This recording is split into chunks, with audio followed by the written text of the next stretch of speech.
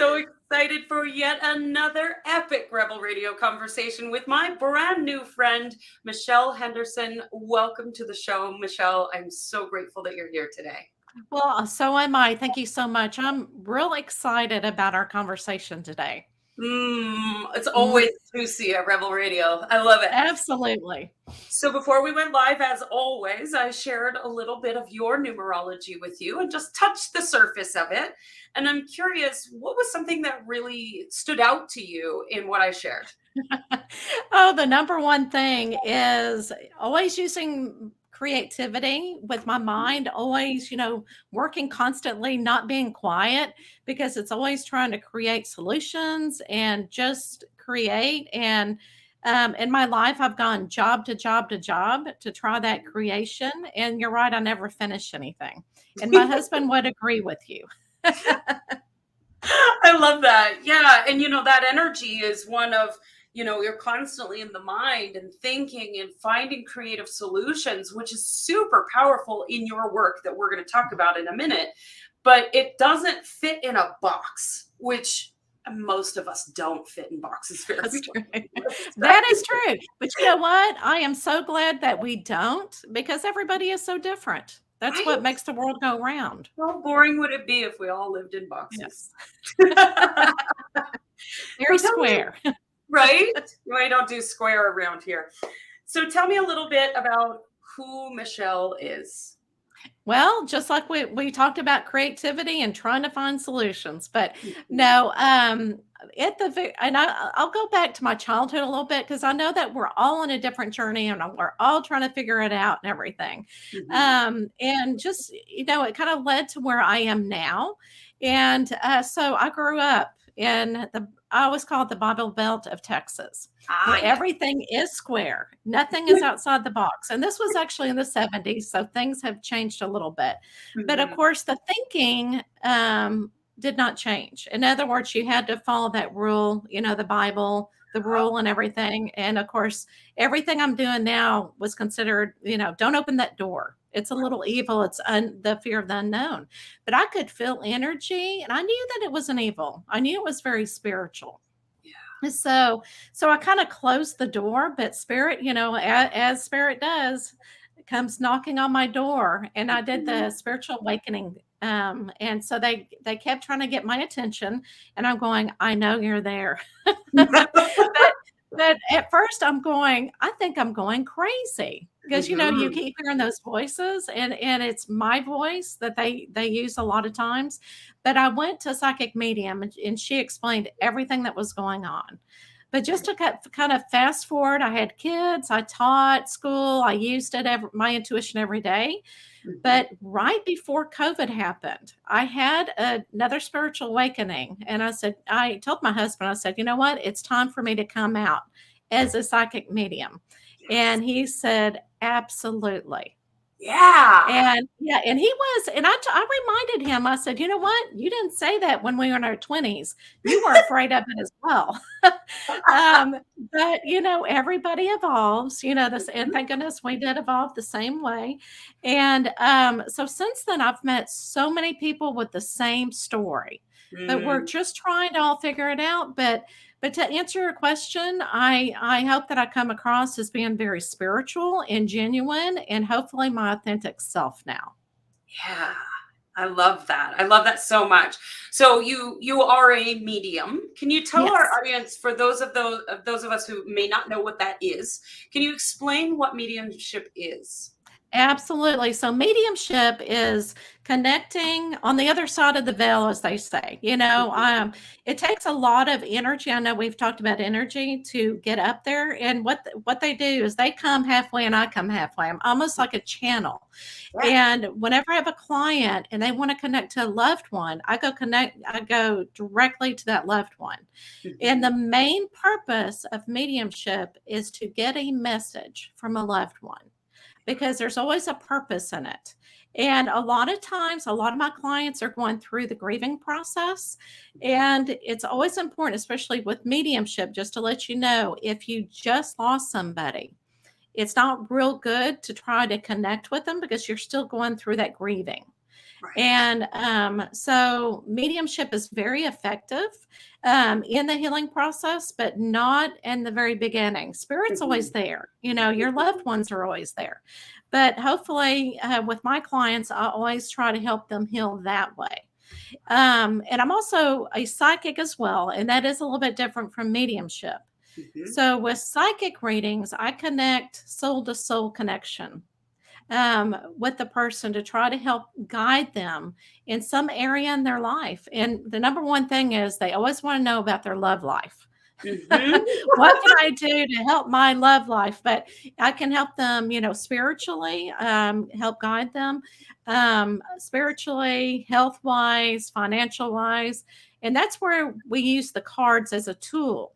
I Mhm. use a lot of my intuitiveness, but people love cards. Oh, It's they do, almost, I know. I know, right? I And I don't always go tell them, anywhere without my deck of cards. see, see, and I tell them it's almost like Harry Potter and the wand. It's not he's doing the magic, but the wand is kind of like his tool, his right hand, Yeah. and it brings the magic out. Yeah. I love that so much. I love that you touched on the mediumship and not or waiting until you've gone through a majority of the grieving process. Because I know I lost my dad when I was 16, and there were things that occurred in that time that didn't make a lot of sense to me in the Mhm. grief, right? And Right. I used to channel poetry when I was really young, when I was 13, 14, and it would come through and I would always say, I didn't write that. Like my pen just moved on its own. And when my dad passed away, it stopped, right? I had Oh, just right. turned it off. And then Yeah. all of a sudden, in the grieving process, something broke open in me and I wrote a poem. And that poem had things in it that my mom told me only my mom and dad knew. They had never Mhm. explained it to me, never told it to me. And to this day, I still believe that that was dad coming in and saying, Absolutely. okay, I've got you. Absolutely. Yeah. Absolutely. Oh, And good for you because a lot of times when you're too close to the situation, to the person who has crossed over, it's real hard to channel them anyway. mhm, mhm. I have a difficult time channeling my peeps, my family. Yeah. It's just because sometimes you know too much. A lot of times, I like Mhm. how you said that. You wrote down things that your mom didn't know that you would have known, Yeah. that kind of thing. So that's when, and I always tell the people, my clients, do not tell me anything because if you do, sometimes my ego gets in the way and I don't know if Mhm. it's myself talking or if it's spirit. So Right. it's much better to go cold. Yeah. Yeah. I love that. I love that. So tell us a little bit. I ask this question of every guest that comes on the show, and I'm curious to know your definition. What is unity consciousness? Oh my goodness, everyone. Yeah, Right? and yeah, unity consciousness. So we are all connected. We come from the same source. And that's why a lot of times, when somebody goes, I'm not connected to that person who, murders somebody, and it's like, oh yeah, you are. Yeah, you are. We are all here to learn on the same pathway and we go back to the same source. Yeah. Yeah, I love that so much. And I love that you bring that up that, murderers and all the people that we judge as being horrible people, we are still connected to them too. And I love that definition because it means that everyone and everything belongs. Mhm. There is no separation, right? Right. And Right. so we can see, and of course, we judge murderers or Oh, whatever, yes. right? We That's judge them, our human, right? in society. Right. Yeah, yeah. And the unity, I think, invites us into less judgment around that.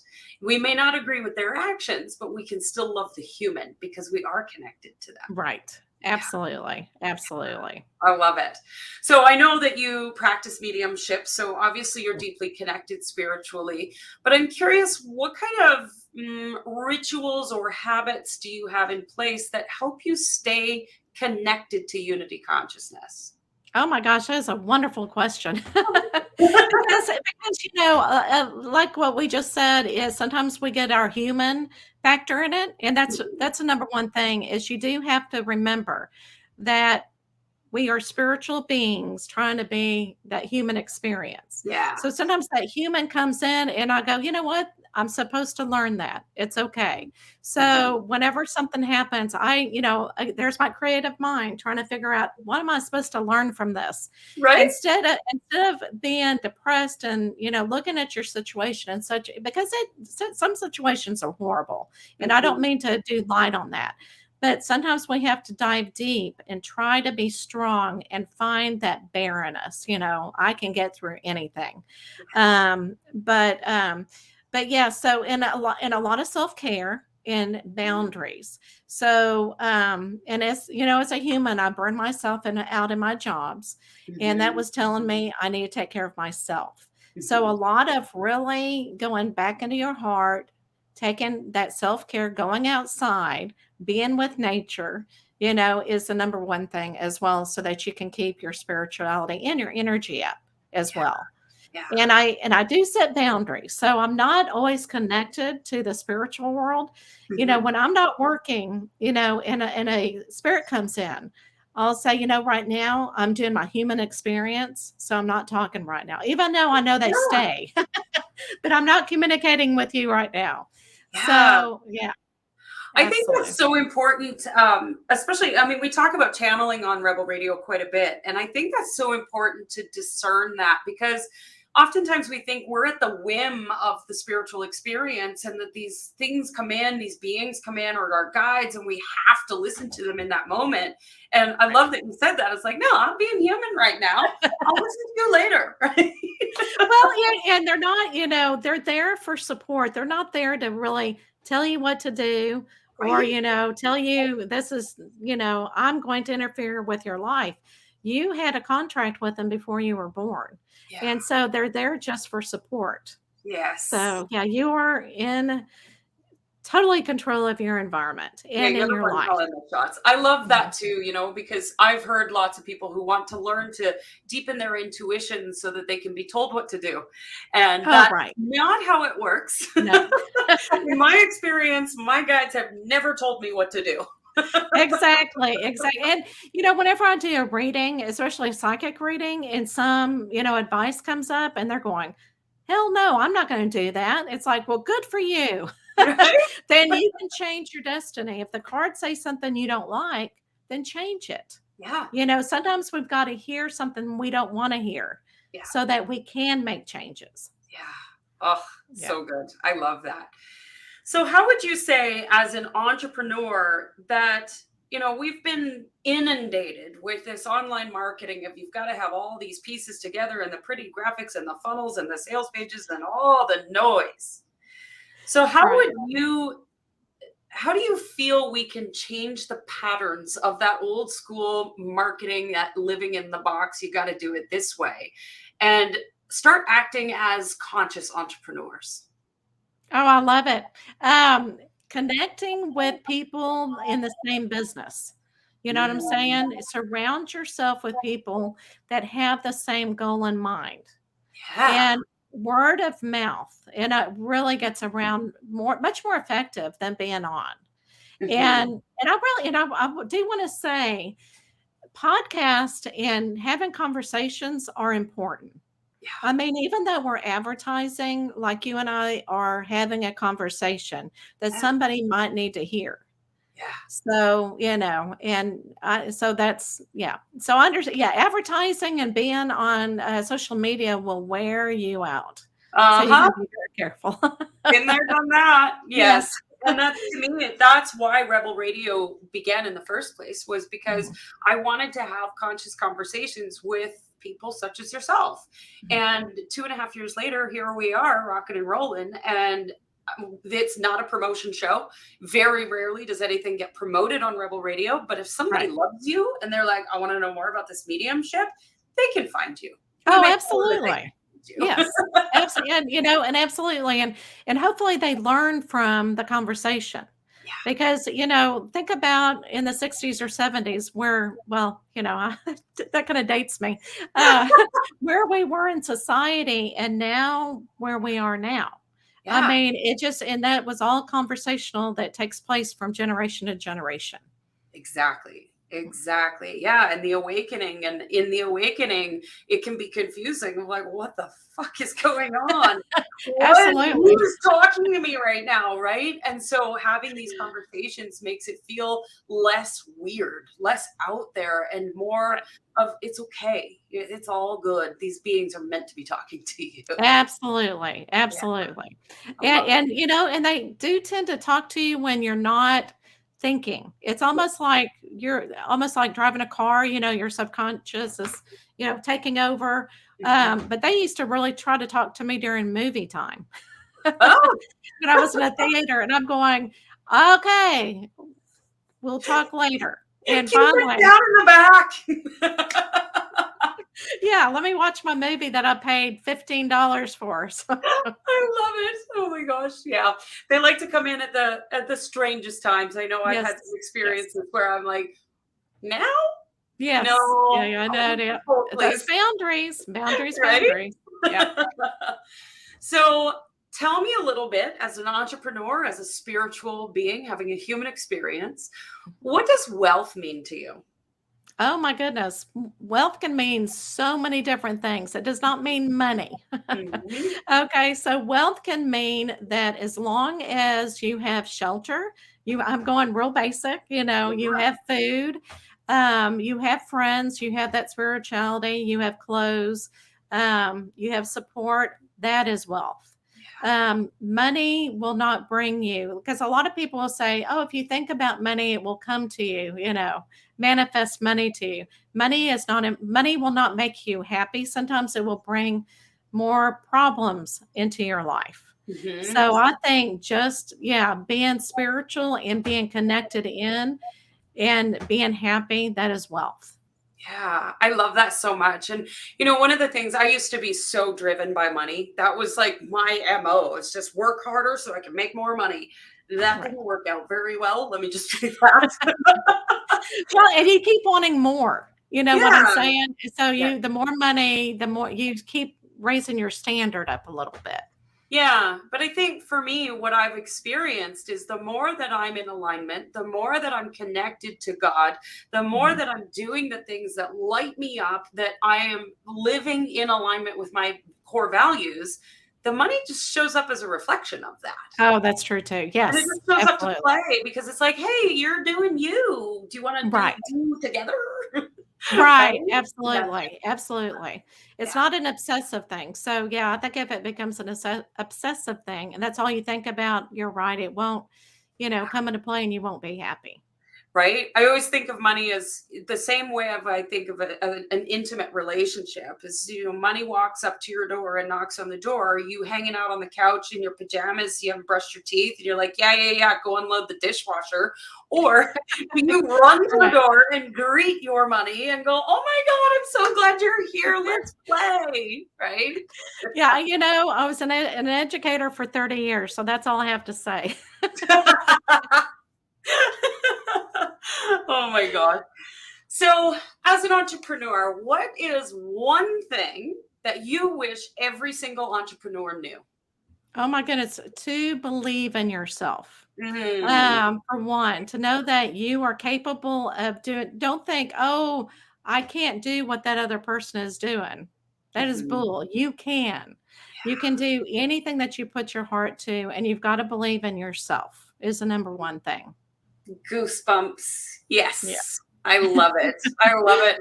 Oh my gosh, Michelle, the time goes so fast It on my does. radio all the time, and I feel like I could talk to you all day long. But as Thank you. always, I end the show with one last question. What do you dream of for the world? Oh my goodness. I really, just like what we're talking about, I hope that everybody finds their true self. They find their spirituality. They're able to be happy and know that things happen for a reason and to keep their faith that it's going to Mm. be okay. Yeah. Yeah. Oh, I love that so much. Thank you for being on the show today, Michelle. Thank It's you been so much. perfect.